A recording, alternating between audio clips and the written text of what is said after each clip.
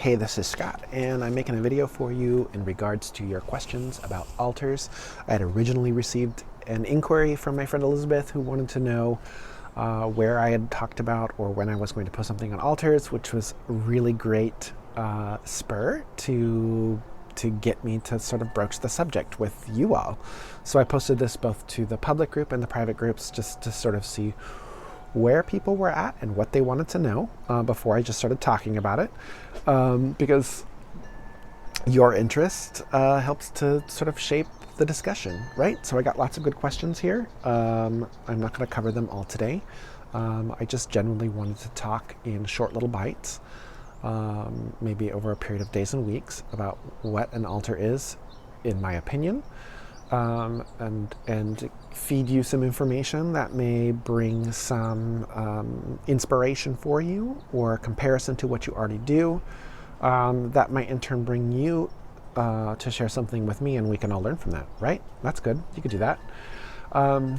So the questions that we're going to go with today is what is an altar and why have one? I think that those are the two most important things. What is an altar, right? This is an altar. And I could take you on a tour of my house, and there is altars almost in every room, okay? And they're all for different things, but in essence, they do the same thing, which is what I'm going to define an altar as. A map and an interface. Maybe even a workspace for that map and interface, right?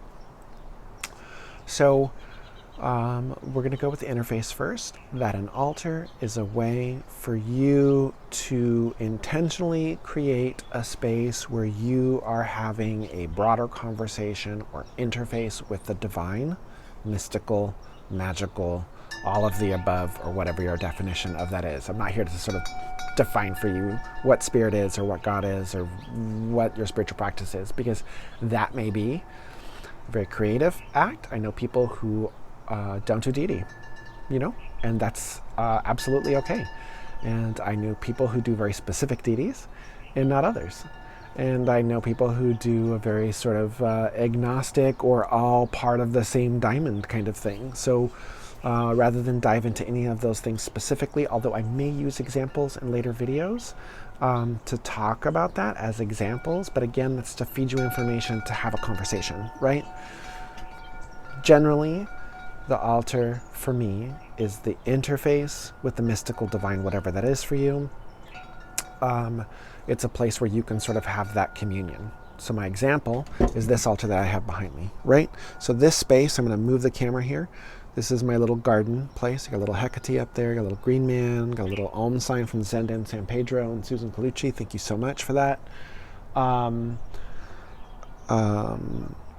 This altar, when we first moved this house in 2013, that was a February, was a place for me to escape and have a place to commune, to meditate, and to do magic. Outside of the house, to burn smoke, incense, and all those sorts of things, so it didn't disturb other people, because there was more than me and my partner living here at the time. As things progressed for me, I looked for a space that I started to handle healing requests, a lot of healing requests from community and people, and that this became a place for that. I did a stone setup. I kind of created like a wheel, a very rounded place with certain healing stones and symbols that allowed for me to take a request that I received from someone and put it on the altar in that interface of the mystical and divine to my spirits, and ask for healing requests for those people. It changed. That healing altar moved. It actually moved that direction, because that's Heather's house over there, and she cares for that for us now when we get requests. So thank you, Heather. And then this was sort of a blank space for a while.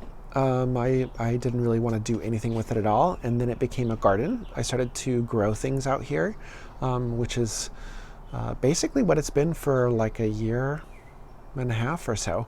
I have the beautiful henbane from Harold Roth. This is my favorite love right now. I'm learning how to work with it. I got some white sage and some other things out here. Just put some healing plants and some protection plants and some things in alignment with the healing altar that was already here, things that can be used for medicine, for myself, for my family, and for those I work with, right? So that's sort of what this became. And then last night, I got involved with the Society of the Temple, which is sort of like the Witchcraft 6 of the Temple of Witchcraft, but also not. Like, you could start it at Witchcraft 3. It sort of interweaves with the 3 rays of witchcraft, whole other thing. We're not going to talk about that right now. But I had to look for a space in order to do that work. And because of the path that I chose within that, has a lot to do with plants and the fairy and the earth, I chose this plant space as the interface for that, right? So the altar is an interface with the mystical, divine, and the spiritual, and it's a map, right? It's a cosmological map. So the map I created here is a fairy spiral, right? Or excuse me, a fairy spiral that goes to the center there. And I brought in some other cool things that I work with here. You know, here's my poppy preserved there for that plant medicine.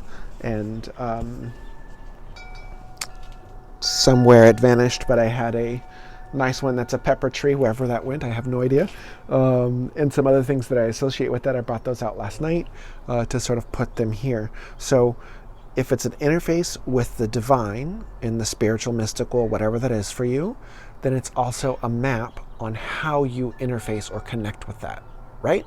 So for me, and the instruction I got was a starting of a candle spiral, right? And to begin to work with certain things. Like I got a lemon thorn here, and I got some plant medicine stuff, and I got some things that I associate with the fairy realm or divine love, or, you know, this sort of poetic, beautiful, artistic way of connecting to spirit.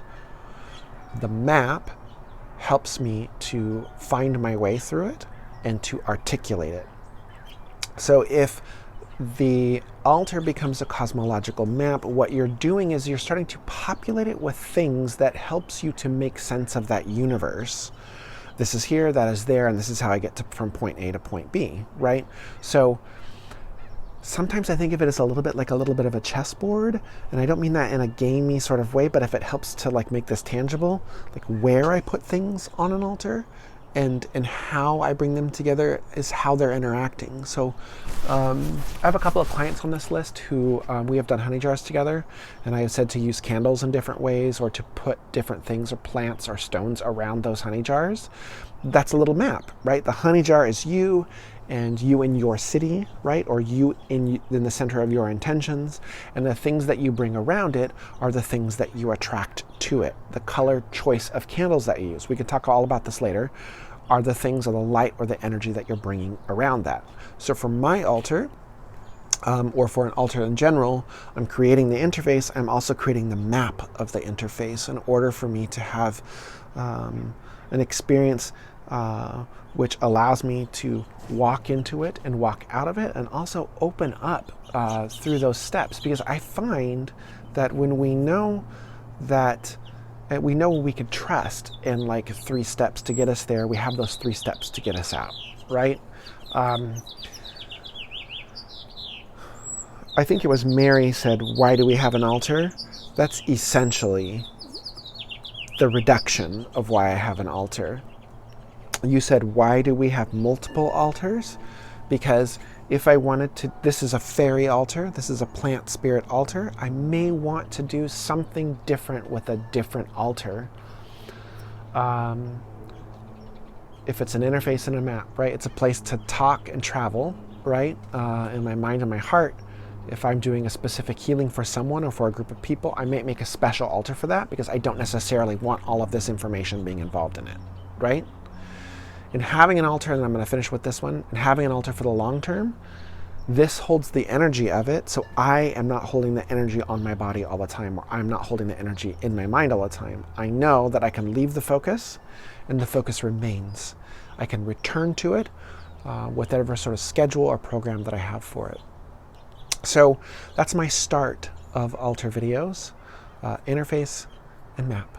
And I hope you enjoyed, and I hope to hear any questions you might have about that. Think about your spirits, think about your divinity, think about the things that you want to make sacred in your life, not just the things that are, but what would you like to spiritualize? What would you like to make magical?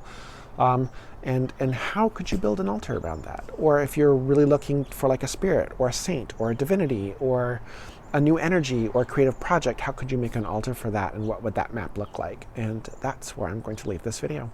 Thanks for watching, and I'll see you soon. Bye.